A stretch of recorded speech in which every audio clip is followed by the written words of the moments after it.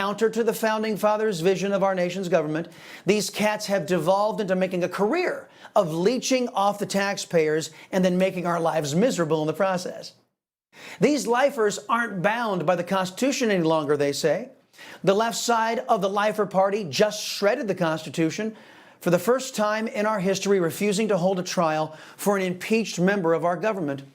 Americans were appalled by this treasonous betrayal of the founding document and 247 years of precedents.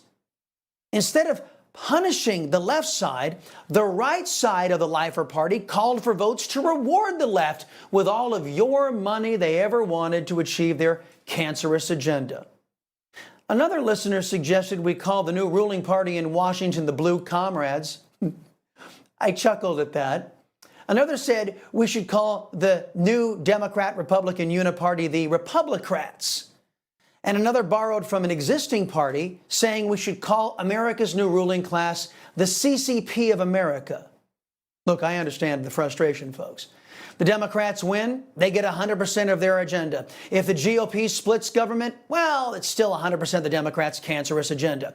If the GOP ever wins a majority in the future, and given the fact that they've inspired nobody to vote for them in their unconditional support and surrender to Democrats, if they ever get the majority again, if past is prologue, they'd still make sure Democrats were happy and got a significant part of their agenda enacted into law.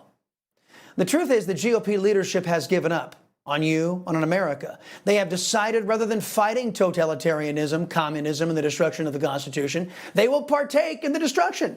Simply put, the GOP has said of the Democrats, if you can't beat them, join them. And that's what's happened. I get email from you from time to time, some of you saying, Chris, I wish you wouldn't lump all the Republicans in the same basket. Some are fighting. Well, that may be true. But the only fight that the GOP leadership is doing is against our people. I mean, come on, 359 to 43. Those are the odds we face, throwing our lot in with a federal government that is no longer concerned with protecting our people.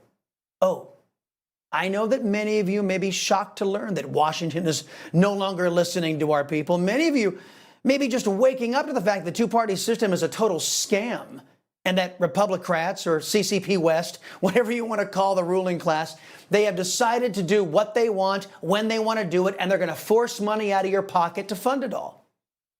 But you'd better get over your shock soon and start planning to push back on our rogue, untrustworthy federal government. What do I mean by this? Well, Texas, Florida, and other states, they have said they are rejecting Joe Biden and the CCP West uniparty's war on women through their absurd rewrite of Title IX. In other words, the states are saying no to Joe Biden, Speaker Johnson, Hakeem Jeffries, Chuck Schumer, and Mitch McConnell's totalitarian government.